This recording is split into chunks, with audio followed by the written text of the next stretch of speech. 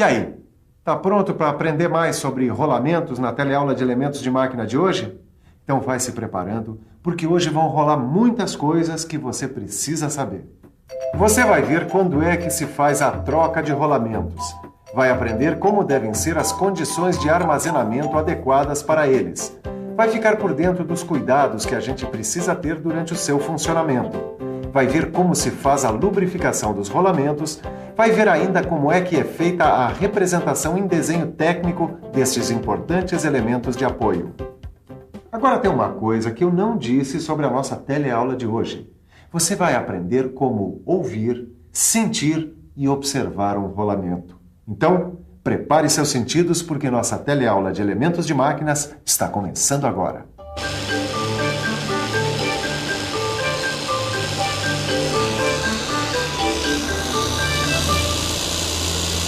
Ô, mestre Silva, você está se comunicando com a máquina? É, mais ou menos. Como é que é?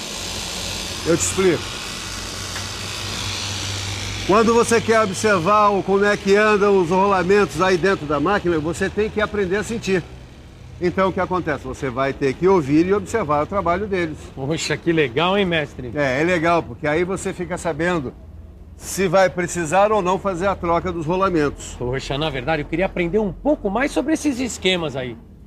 Ah, você quer dizer que quer aprender um pouquinho mais sobre os procedimentos para a conservação e a troca a reposição dos rolamentos? É isso mesmo. Ele já percebeu a importância que é a conservação e a troca dos rolamentos.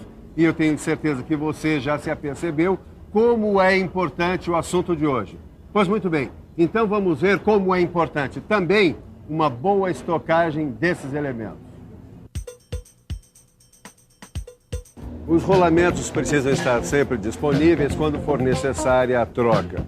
Senão, já viu, a produção pode ficar parada pela falta deles. Agora, para serem estocados direitinho, os rolamentos exigem certas condições. Antes de embalar um rolamento, a gente precisa colocar uma proteção contra oxidação, como esse óleo que eu espalhei pela peça. A temperatura do local onde a gente vai armazenar esse rolamento deve ser constante e deve se manter em 21 graus centígrados. Agora, quando você for tirar um rolamento novo da caixa, observe bem se ele está na embalagem original, bem limpinho, bem protegido com óleo ou graxa e com papel parafinado. Ô, mestre Silva. Oi. Esse rolamento aqui, ele tá pronto para rolar? Esse daí está em condições. O que eu vou fazer agora, Tito, é verificar novamente como é que está o rolamento aqui dentro da máquina. Se o ruído do rolamento estivesse macio, não precisaria trocar. Agora, esse ruído metálico que eu ouço, bom, pelo menos o nível do óleo vai ter que ser completado. Quer dizer que a gente não vai precisar trocar o rolamento daí de dentro? Vamos ver, Titão, vamos ver.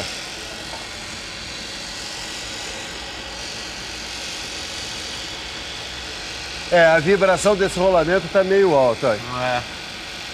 Deixa eu ver a temperatura.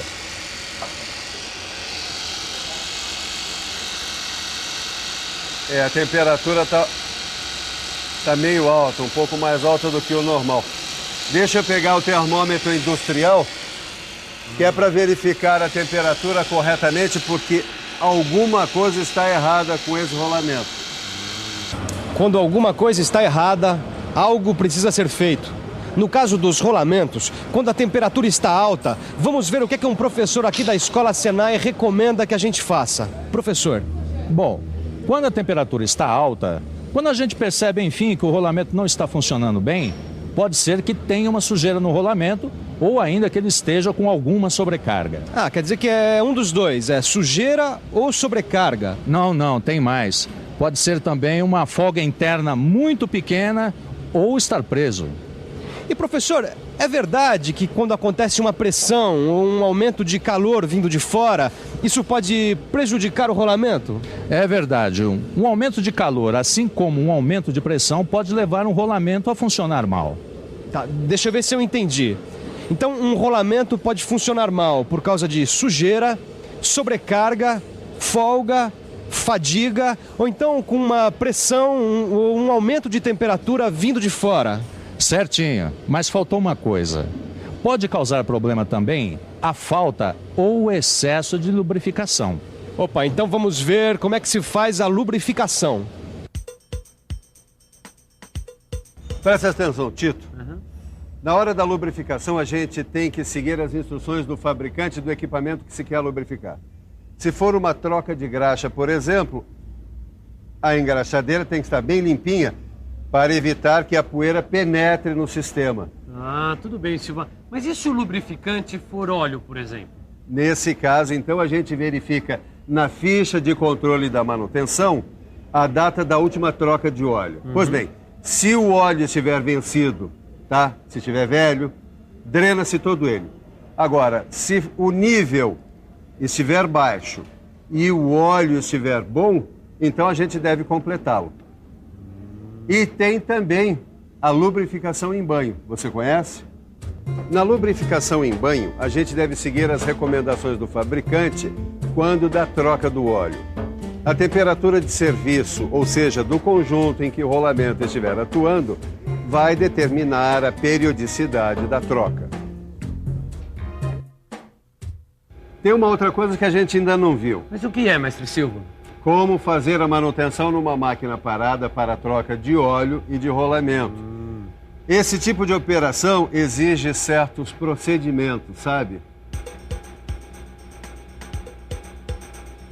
Por exemplo, na troca de rolamentos, essa área onde a gente vai trabalhar tem que estar bem limpinha e seca.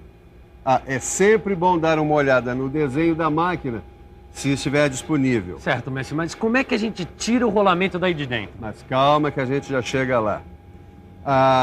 É sempre bom anotar a sequência da retirada dos elementos, porque senão já viu, né? A gente nunca mais consegue montar a máquina. É isso aí. Agora, para a troca do óleo, a gente verifica se o óleo tem impurezas, entendeu? Ah, mas é sempre assim que a gente faz, mestre? Bom, isso aqui exige uma certa prática. O ideal seria que o óleo fosse analisado em laboratório. Quer dizer que a gente esfrega o lubrificante entre os dedos para saber se ele tem impurezas, é isso mesmo? Exatamente. E professor, como é que a gente faz quando a gente quer fazer a limpeza na máquina? Bom, é muito importante também a gente ter certeza de que não vai haver penetração de sujeira ou umidade na máquina durante a limpeza. Por isso é bom proteger o conjunto com papel parafinado ou plástico. Essa precaução é importante. Agora, como é que a gente faz a limpeza da máquina? Bom, quando dá, a gente faz a limpeza aqui mesmo, no rolamento, montado no conjunto. Assim não precisa desmontar, não é mesmo? Quer ver? A gente pega o pincel, passa o querosene, está vendo? Limpa bem e agora a gente seca com um pano bem limpo e seco e sem fiapo. Estopa, nem pensar, hein? Outra coisa, se os rolamentos não estiverem em perfeitas condições de uso, é preciso trocá-los. Agora, você já sabe, você precisa saber muito bem consultar os desenhos técnicos de rolamentos, para a gente saber o que está fazendo, certo?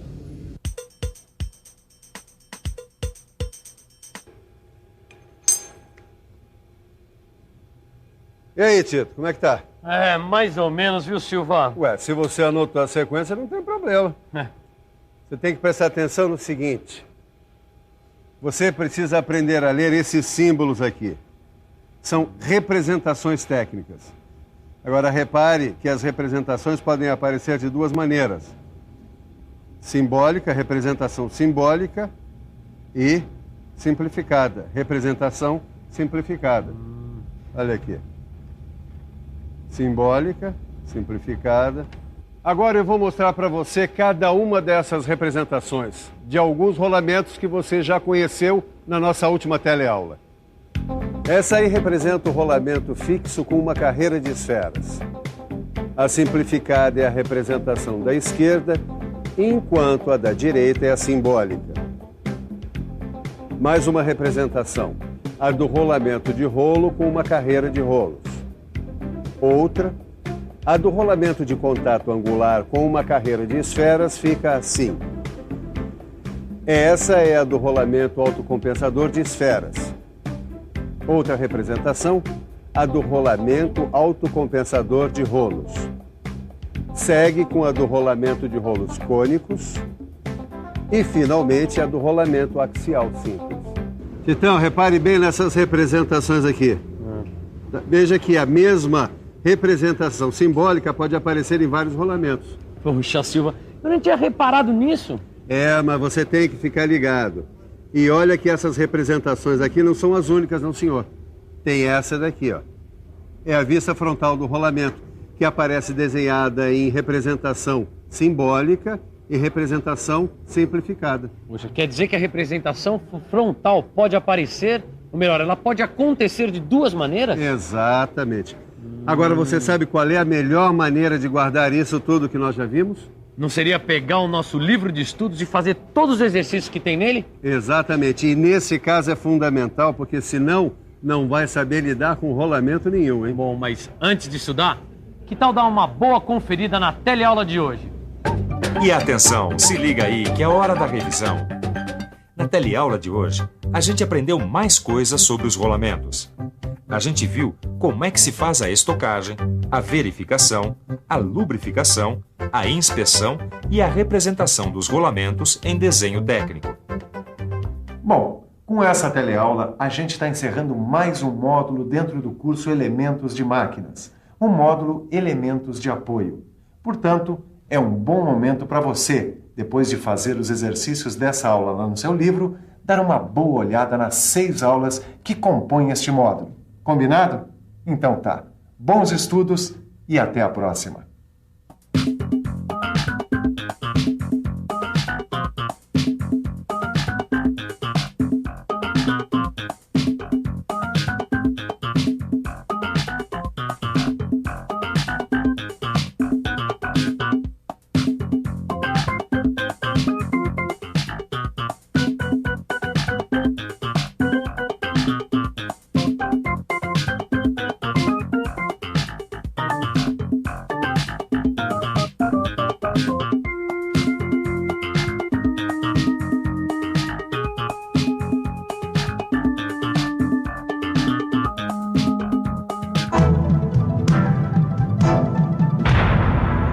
Telecurso 2000, um programa de educação do Sistema Fiesp e da Fundação Roberto Marinho.